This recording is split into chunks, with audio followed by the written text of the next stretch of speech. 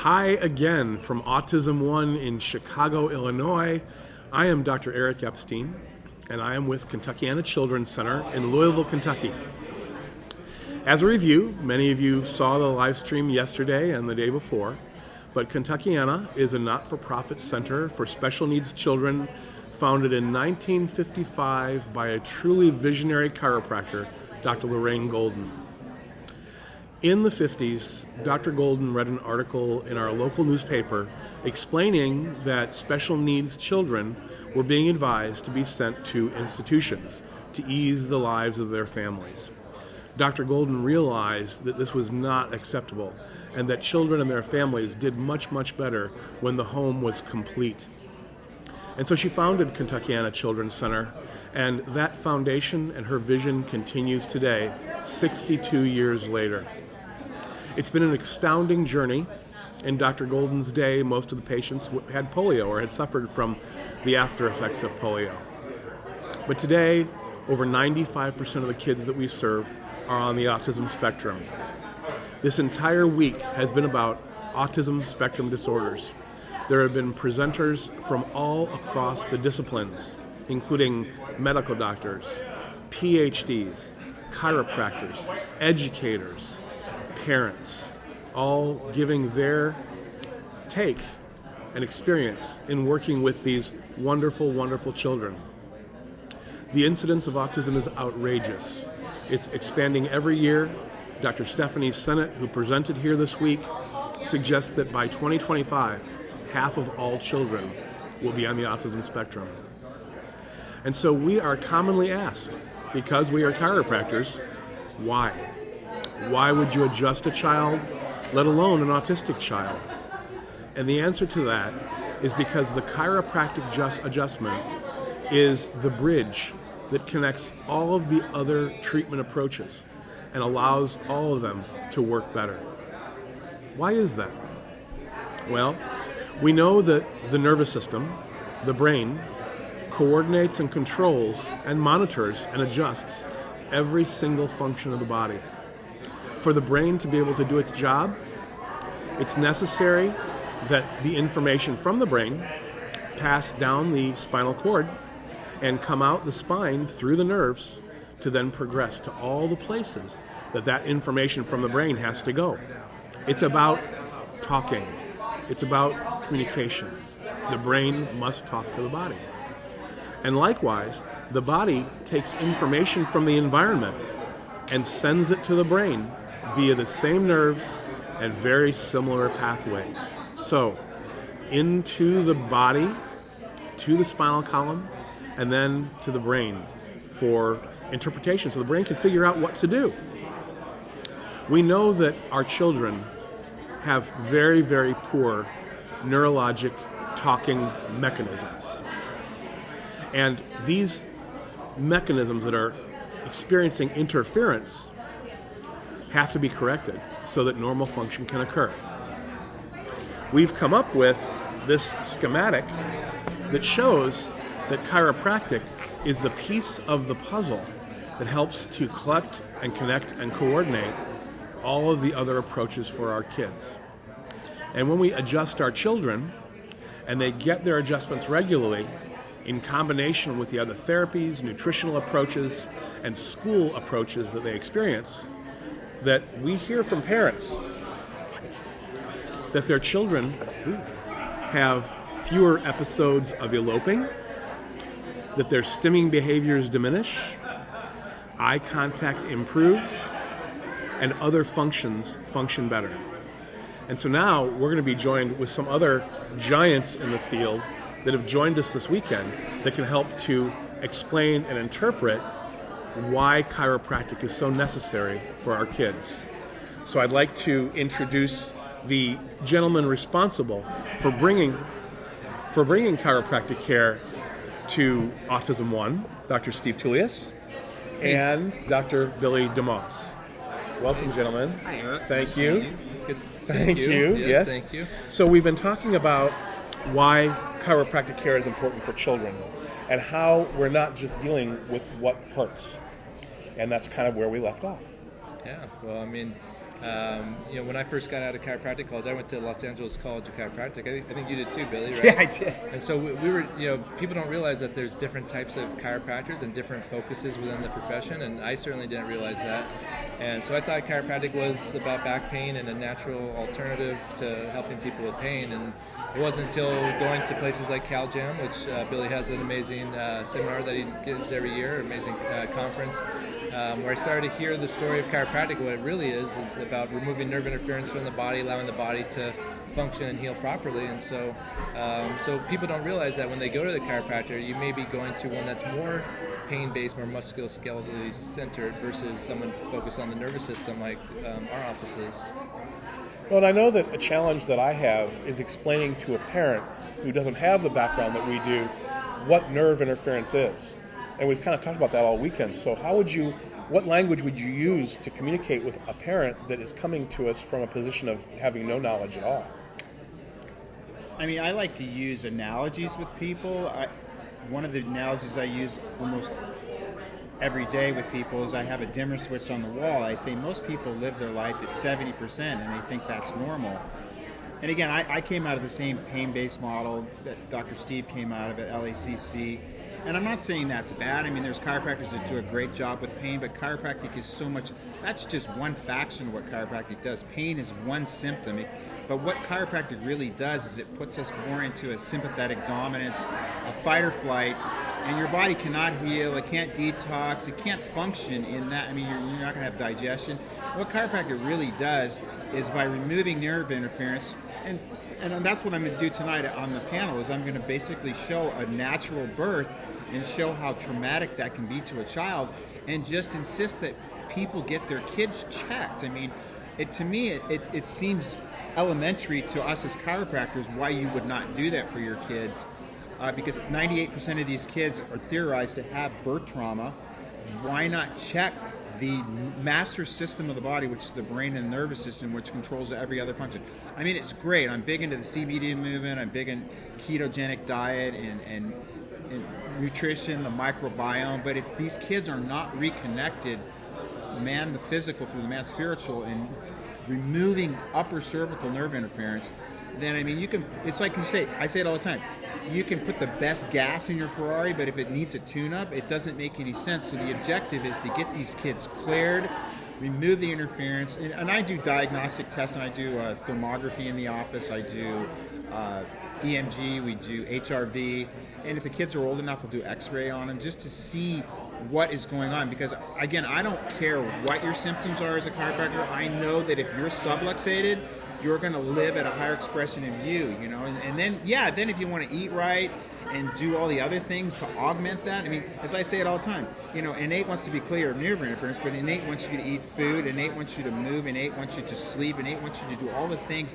that are congruent with the genes of that body. And when you do that stuff, the body is the most miraculous healing organism on the planet, and if you do that, the body's going to heal itself. So it's, again, trying to get, and more parents are getting it, because I think the world's waking up to how much BS there is in medical care. So, yeah. I think so too. So the foundation then is eliminate the neurologic interference, and then what we've been talking about, everything else can work better, more efficiently, and with better results. Right. Well, you talk about analogies. People totally relate to those. I like to use baking a cake. Like using all these ingredients, and the ingredients are of health are good sleep, nutrition, exercise, social relationships. All those things are the ingredients for health. But what if we threw them out of order and we didn't use them in the right way? And if we do that, then we don't have the proper recipe. We're not following the recipe, and the recipe is the nervous system. Because so few people ever have their nervous system evaluated, checked. The only time they think about their nervous system is typically when there's some problem, and we know that all the dysfunction's been brewing in that nervous system for much longer. And as you mentioned, they don't even realize that they're not having full life expression. And so I use the dimmer switch analogy. It's a great one because many people are walking around with a nervous system that's not clear, that's in a stress response. And chiropractors release that. We remove that stress, allow people to express their greatest potential, and it should be a foundational piece of health that is just being ignored. So. We are all in agreement about that. I think it's really important that people understand I like to use the analogy of seeing your dentist. Do you wait Exactly. do you wait until your teeth are rotting out of your head before you see your dentist? And chiropractic should be viewed the same way. Let's get started before there are problems, with the understanding that being born provokes problems that many people can't get out of without some assistance. Right. And so, how do you feel about addressing the neurology of the unborn baby by working with mom? I mean, to me, and I say this all the time, I mean, I work with people that have issues with infertility. I mean, if you've got full tone and vibration, I mean, we talked about that, our early philosophers, Didi and BJ, talked about tone.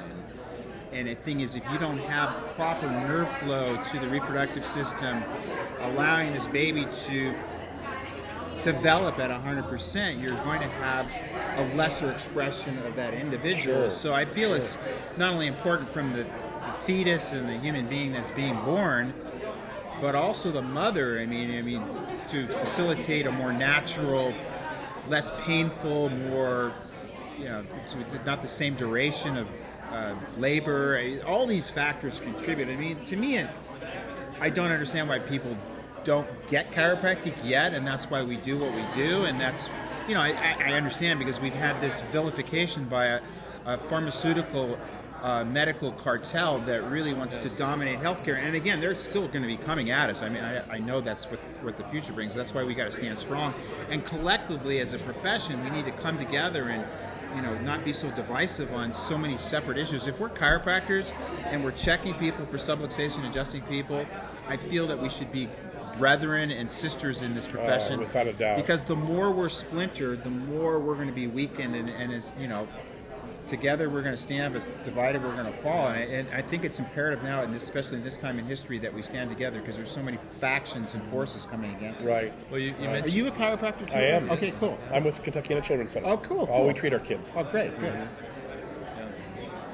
So you mentioned this cartel coming against us, and many people don't realize that the AMA had a secret group whose sole purpose was to contain and eliminate chiropractic, and one of their objectives was to foster disunity amongst chiropractors, which we have a lot of, and then there was also a program of a positive program of containment, which was to contain chiropractic in the musculoskeletal box, and so that's why we're here at Autism One, not because we're here to treat or cure autism, but to remove interference, to allow for the fullest expression of these children and parents' lives, and that extends past any diagnostic label or condition. All human beings should have their nervous systems checked and cleared from birth, because the birth process is extremely traumatic, can be, and throughout a lifetime. And that's chiropractic in a nutshell, right? Yeah, absolutely, without a doubt. And I think getting back to the idea of unity, in as much as the various medical practices might fight amongst each other, there is tremendous unity in medicine. Right. And that's what gives them so much power. And so our contention has always been that unity has to start in the colleges. And I think we need to have as much exposure in the media and in the mainstream public as the medical community gets. Every I think it's 21 out of 24 TV commercials are for drugs. Right. And they don't tell you anything all about what they do, but they tell you to ask your doctor if you need them. Right. Well, we need to be getting on the televisions and on the billboards and in the print media and explaining why you need chiropractic care. It's not an option, especially with all the stressors that are being thrown at us in our culture today. Right. I mean, you look at how many people go to a dentist. It should be the same thing for chiropractic. Sure. I mean, but at a higher level. I mean, your teeth are important, and I understand that. And I was groomed to be a dentist, so I can say that. But in reality, in the future, I mean, I say this all the time in my workshops. I mean, because I do a lot of workshops outside and in my practice, and we attract a lot of the general public. I mean, it's almost, I don't understand how you could live your life without chiropractic, because I know what it's like to go without it. Sometimes I'll do trips and I'm not getting adjusted. It's not a luxury. It's something, and it's a necessity. Just like you eat clean organic food, you drink clean water, you get exercise. It's just one of those things that if you want to express at your highest potential, you need to bring it into your life.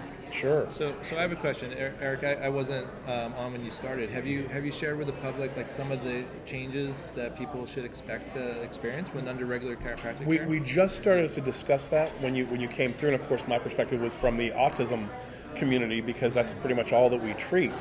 And so we had talked about across the board we're seeing better eye contact, We're seeing better, less eloping. We're seeing resolution of constipation. Children, I remember when I was first introduced, apart from an educational perspective, to an autistic child, and this is back 2000, 2001, and this little boy, his father's hope was that he could walk down the street with his kid holding hands and not have to worry about him darting off into traffic. That was what he wanted. That's a baby step, Right. We knew that so much more could be accomplished, but that's what they wanted. So what the parents want sometimes seems so much less than what we hope for. Oh my God. And we don't know what we're going to get until we start working, because every single one of these kids shows us something different. And I said this yesterday in opening remarks. They commonly don't have verbal language, but they do have communication, and they do have language, and it's our responsibility to learn how to interpret that language, whether it be from instrumentation, diagnostic procedures, conversations with the family, looking at the past history, birth trauma, etc. It's our job, because we really, as doctors of the nervous system, what that really means is we're doctors of communication. What can we do to improve talk from the body to the brain, and from the brain back to the body? What can we do to optimize that circumstance? So yes, it's across the board, and some kids progress slower than others. You have to meet them where they are, and you have to be thankful for the baby steps that you do get. If I can riff off that, I would love Please. to. I had probably the severest case I've ever had with a child with autism, and she was, you see these parents, I feel for them, because when they come in the office, there's a lot of entropy that's associated with these kids. It's just like the energy is out of control sometimes. And this one young girl, she was probably 7 at the time, I was working on with her consistently, and then her mom came in one day and she was crying, and I'm going, I go, what the hell happened, And she came up to me and she goes, Dr. Bill, I just want to tell you one thing. My daughter, for the first time in her life, said that she loved me, and I started to cry, dude. And, just simple things like Yes, that. yes. Just the fact that they can talk again, and then they came in another time, and she started crying again. I go, what is it this time? And then she goes, she actually walked down the steps by herself. Just little simple steps, things that you and I take for granted, And you see these kids come out of these little cocoons, and they actually. I've got another kid I'm working on right now. It's just amazing to see his transformation, where he was just within himself and with no eye contact, and now he's high-fiving me and saying, "Hi, Dr. Bill," and it's just simple things like that, but that we all take so much for granted. These parents are just blown away by the results, and these kids are not doing anything else other than chiropractic, because that's what my number one focus. And if they've got the interest in doing other things, I've got that available to them. But the majority of the time, 9% of the kids I work with are getting solely chiropractic. They may be doing some nutritional stuff too, working with the microbiome, but chiropractic is amazing to reconnecting these kids, especially working with brainstem and the vagus nerve, and getting these people reconnected. Oh, totally. They're so stuck in fight or flight. Yeah. Their posture, their physiology, everything is here, right? And then they're not making eye contact because they're in fight or flight. And we have this young boy, Emilio, is coming in. They come over from Tijuana. We're in San Diego, and 3 times a week they make the trip. And the very first adjustments we started giving them, that every night the child would vomit, and he would have diarrhea. And the parents were asking me, is this normal? Is this okay? I said, absolutely. It's his body purging the toxins, and he was vaccine injured as well. And so the things that his body retained, he was holding on to and letting go of. And since then, his eye contact has massively improved. His posture, he's now walking with ease and not this posture.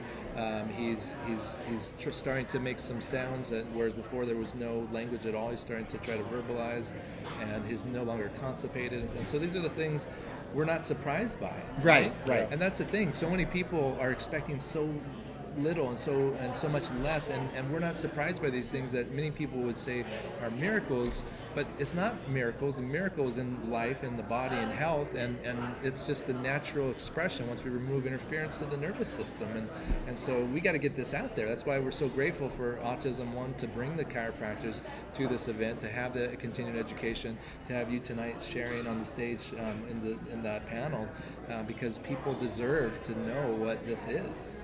Yeah, absolutely. And it's just people's misconceptions about it. What chiropractic? I mean, I still see it in my practice. You, whenever you're out in public, well, why would I need to go to a chiropractor? I don't have back pain. I'm thinking to myself, well, why wait till you have back pain to come see a doctor? And again, it comes back to the dental analogy. Sure, again, absolutely. Am I Well, getting you up today? I'm sorry. that's okay. I can take it. Okay. I get adjusted, so I'm ready for one today. In fact, I think it's really important to at least admit that we, the chiropractic community, have sort of trained the general public that we're great at pain. We're so good at pain, and so that's the concept that people have, and it's then our responsibility to correct that misinformation.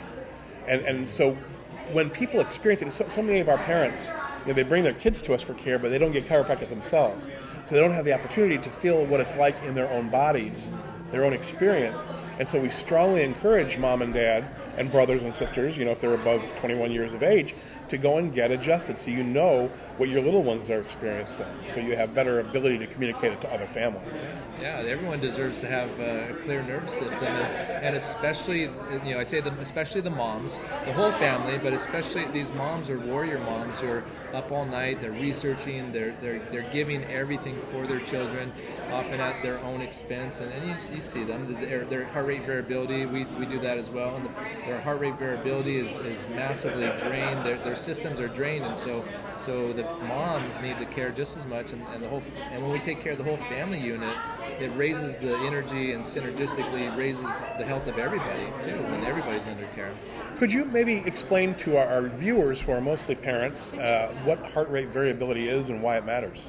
So heart rate variability is the gold standard for measuring the autonomic nervous system function. That's that system that controls your fight or flight response, which most of you are really familiar with. Most of us are living in it in our modern day society. And that response is good when there's a stressor.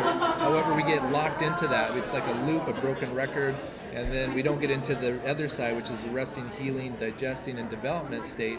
And so we break down. Our bodies are breaking down. That's why we're experiencing such chronic disease processes. And then with kids, they're stuck in a lower level of brain development, and that's why they get unstuck when we help remove the interference and allow them to get into a healthier pattern. So heart rate variability measures the intervals between heartbeats, and there should be a good variable between those heartbeats. It's controlled by the autonomic nervous system, and it's the gold standard for measuring it. So our offices like ours have that technology to measure this.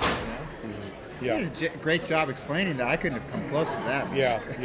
Well, and I think whether people understand from a cognitive perspective that we're stuck in stress. Right. Stress is, people are being exposed to stress from every direction. It's coming everywhere. I walk into the office every day, and the first thing I do is I put the news on. I think, oh, there's one more Don't variable. put the news on. I know. Yeah. I've got to quit doing that. They'll stress you out immediately, right? Yeah, exactly. So funny because I listened to the news in my car the other day, and I had to turn it off. I was just like, don't they have anything good to say? I mean, Yeah, it's so sensationalistic. yeah, it's just out of control. I am thankful to be surrounded by so many like-minded individuals. This week has been just transformational for me. I've learned things. You get into a routine in practice and you think, well, what else is there to know? There is so much more to know.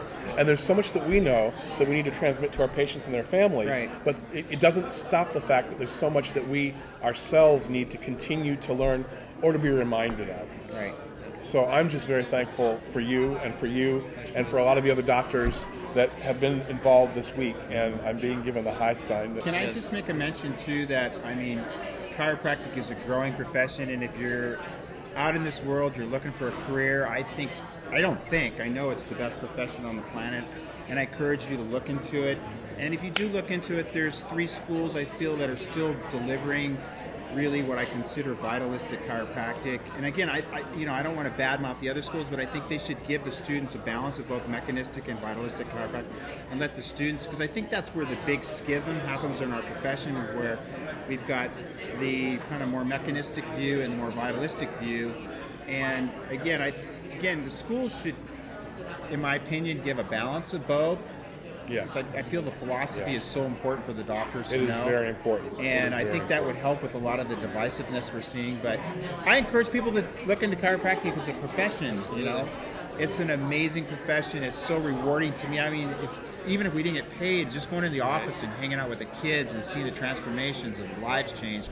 I mean, I can't ever see myself retiring because I love it so much. Oh, exactly Yeah, right. I mean, I'm going to drop dead adjusting something. Right, exactly. So, awesome. All right. Thank you. Thank you. Thank you. Thank you so All much. right, thank you, man. And thank you so much.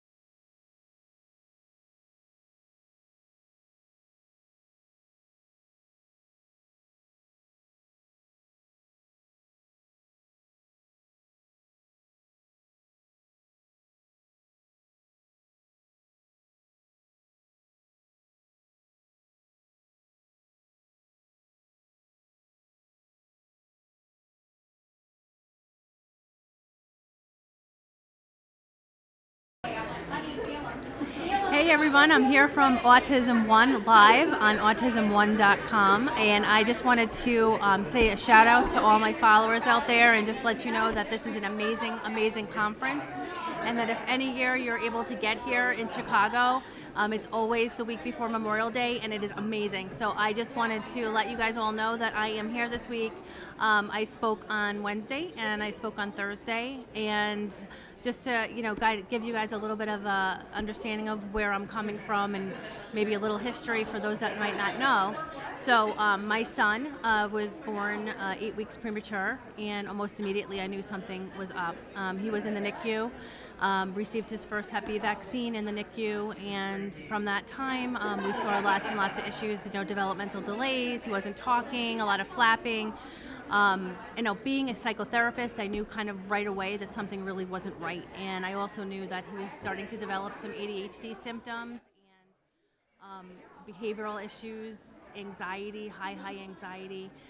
So I started to treat him biomedically. He was about 5 years old, and my aunt, who's a champion of alternative medicine, knew that a lot of these children are suffering with food sensitivities, heavy metal toxicity, and other issues. And so I started to treat him, and unremarkable results within the first 1 month of treating him. So I knew once this journey started going that I really needed to continue researching. So I basically spend my days and nights reading tons and tons of books and literature, going on PubMed, learning as much as I could about gut health, learning as much as I could about nutritional deficiencies, the food preservatives that were in all of our food that was causing a lot of these behavioral issues. And as a psychotherapist, I knew right away that I did not want to put my son on potentially life-altering medication, putting a young child on amphetamines. I don't know what that does long term. And so I knew we needed help for him, but I did not want to go down that road. And so we did everything else we possibly could do. And that's what kind of started my whole mission as far as teaching other moms what I had learned. And then sadly, in December of 2012, Sandy Hook, Connecticut happened, which was 10 miles from my house. And I started treating first responders and families after that tragedy, and realizing that we had a big, huge problem on our hands. Adam Lanza had autism, Asperger's, and when you look at all the shooters out there and all the people that are committing suicide, we see a trend of our children, our sick children who have mental health conditions, and we're just so quickly to just rub it off as genetic. Maybe they came from a bad upbringing, maybe they were bullied, but we are not doing our due diligence in our healthcare system to really understand what is happening to our children. And so right after Sandy Hook Elementary School happened and I started counseling first responders and families after that tragedy, I recognized that we weren't doing anything for Adam Lanza, and we're continuously in this country not doing anything for the children that are suffering from mental health issues. Not really. We put Band-Aids on symptoms. We send them to a psychiatrist. They send them to a therapist such as myself, and there's no follow-up. There's no understanding of what's going on.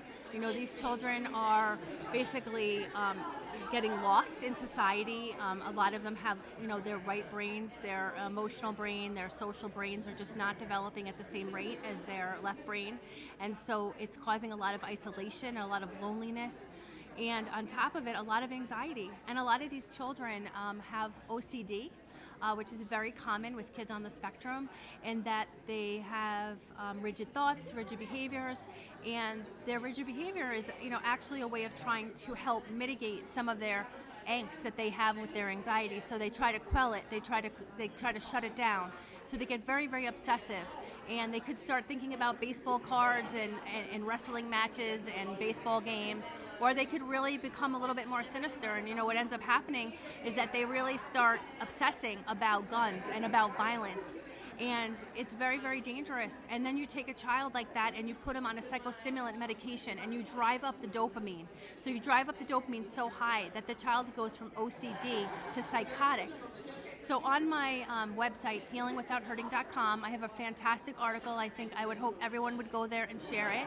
It's the 11 hidden causes of psychiatric illness that nobody in this country is addressing. So, just to kind of give you a heads up on what some of those are, nutritional deficiencies, we're finding at the root of a lot of these illnesses. We're also noticing a lot of metal toxicity at the root. These kids need to be detoxed. These kids need to get the nutritional statuses up. And on top of that, we're finding that a lot of them have gut dysbiosis. There's yeast in their intestinal system, which is the house of their immune system, so their immune systems are compromised. A lot of our kids are developing PANS or PANDAS, which is a psychiatric illness that comes on because of a strep infection or Lyme disease or mold or other trigger. And what's happening is these viruses and so forth are crossing the blood-brain barrier and actually causing inflammation of the brain. And why aren't we looking at this? Why aren't we looking at this as a potential underlying cause of psychiatric illness in America? And so I had to write my article. There are so many other causes, obviously trauma being one of them. There's so much stigma around mental illness, but part of the reason is because we're not realizing it's medical. As a therapist and healing my own son, I recognized how much could be done to remediate some of these children, how much could be done to actually help eliminate the pain that they're in. And so our kids are sick and our kids are in pain, and we do nothing in this country as far as trying to find root cause. We just look to mitigate symptoms. We look to basically just, stick them with a therapist for, maybe 2 or 3 sessions. That's not enough. These kids are crying out for pain. These kids, we think of the homicidal children, but we also have to think about the suicidal children. Suicide is up 30% since 2005. And so I would really encourage all parents out there or all family members, if you have a child that is exhibiting any psychiatric symptoms, that you would please read my book, Healing Without Hurting, which was dedicated to the lives lost and all those still suffering after the 2012 massacre. And so I just wanted to, kind of get on here and just kind of let you know where I started. My son is doing fantastic. Unfortunately, my daughter started developing PANS or PANDAS pretty much overnight. There are lots of soft signs that her immune system was also compromised. She had a lot of GERD when she was a baby. She had really terrible colic. She had diaper rash really, really, really bad. She would always get kind of sick and not have a lot of resiliency in getting better.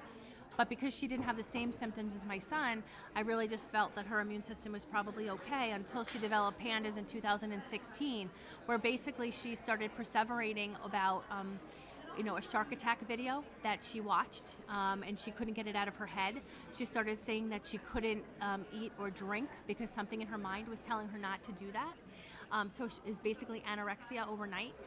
We also found that she was very suicidal. She was banging her head on the floor. I mean, this was a very, very different behavior than the little girl that I knew. The little girl that I knew was a happy-go-lucky child who had some anxiety and things, and we had already addressed some of her food sensitivities. Food sensitivities can wreak havoc on our children, and so many children are acting badly, and it's because they're either being exposed to toxic chemicals, toxic food, or sometimes even the most benign foods are actually causing a reaction because the immune system is compromised and because the foods are literally leaking into the bloodstream. And basically the immune system just goes on attack. And so these are some of the things that really, really need to get looked at. And so my daughter, thank goodness, I had written the book. I knew exactly what this was. It was PANS. It was pandas. She had a strep infection that went undiagnosed. She had no fever, no sore throat, and the only symptom she had was this aggressive behavior along with a really bad stomach ache. So at first I thought she had a stomach virus. We were on the way to vacation. I didn't know what to do for her, and then I started her on homeopathic remedies. I started her on a lot of herbals and other things to help boost her immune system, to help the immune system do what it's naturally meant to do. And within days of doing these treatments, her behavior and her thoughts and everything just started quieting down, and she was back to the healthy child that I always knew her to be. And she, within 6 months of doing all of these different remedies, I have my girl back. And so what a shame that we're not addressing some of these things with our children in America. And how many children are on psychiatric medication right now? I mean, they say that our American children have one of the highest levels of psychiatric medication administered. I mean, we have children as young as 2 and 3 and 4 years old that are on psychiatric medication, including amphetamines, including antipsychotics, a lot of sleep medication. The whole country is on sleep medication, anxiety medication. This is a real problem in America. We have basically a whole epidemic of sick children, and we are just normalizing it at this point. There are so many children with asthma. 1 out of 16 or 13 children have a life-threatening food allergy. And so, I'm here to say that there is help for our kids, and we need to start seeing functional medicine practitioners, naturopathic physicians, and doing some of the things that are in this book. And I promise you, you're going to get your kids back. You're going to get your life back. You're going to get your family back. So I would definitely recommend that you do deeper healing. And if there's any possibility that you can ever attend Autism One in the future, it's a fantastic conference with the world-renowned doctors and scientists. And every time I'm here, I learn something new and exciting. And the other exciting thing is that I get to be with the tribe that we all get to love so much, the parents that are on this journey with us, the doctors that understand our children better than anyone else has ever understood them. And we have a whole bunch of scientists and attorneys that are here. Del Bigtree is here. Dr. Wakefield is here. The whole VAX team is here. And so, we are really getting to the root of the issue, and we are addressing all of these issues. And then we have all of the healers, and we have all of the, these doctors that are talking about different detox protocol and how to help the gut, how to increase the nutrition, and how important nutrition is in our children, and how they're damaged, and we need to get them healthier. And it's a really sad reality that in America that we don't put cooking as an important piece of the equation. A lot of us, we've lost the art of it. And so I encourage everybody to pick up a cookbook to really start, feeding their children whole food. This is really becoming a problem in America, and that we don't do enough with our children as far as feeding them well. We're so used to the convenience packaged meals. And what we don't recognize is that a lot of these foods really aren't foods. They're just chemicals that mimic food. And so our children are filled with toxic burden, and it's really, really causing havoc. So one of the things in my book, I do stress nutrition. I do stress gut health, the house of our immune system. I do stress, the need for sleep and how to get kids to sleep. I address all the different remedies that have been around forever. So a really interesting story is that when I started treating Evan and I started doing some of the protocol that I had gotten from my naturopathic physician, I actually found a book in my basement from 1896. It was a physician's guide to health, and it was 12 volumes. It was about this big, and I started, reviewing some of the information in there, and they use different words than we use today. They use words like bound bowels for constipation. They use words like deranged minds. So some terminology that we wouldn't use today. But when I opened it up, all the homeopathic remedies are in there.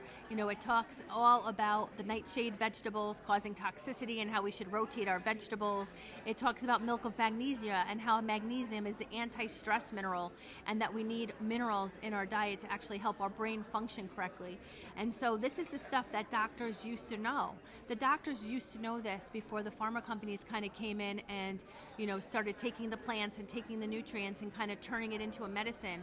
When you add a bunch of chemicals and you kind of, make synthetic medication, you're basically adding a whole host of side effects. And so it's really time that we go back to the plant, that we go back to the herb, that we go back to eating real, nourishing food. So again, I would really, be so excited to be here at Autism One, and really, really excited to be here. And I'm just so grateful for this opportunity to share this with all of you. And again, my website is healingwithouthurting.com. I have many, many articles on there. My book has over 250 medical references, so I get that all the time. Well, this is all pseudoscience. This is not pseudoscience. This is science. Unfortunately, the science that we're all indoctrinated with is the science that has been corrupted. Unfortunately, fraud and corruption has destroyed science. So thank you, everyone, and please get to Autism One. Take care.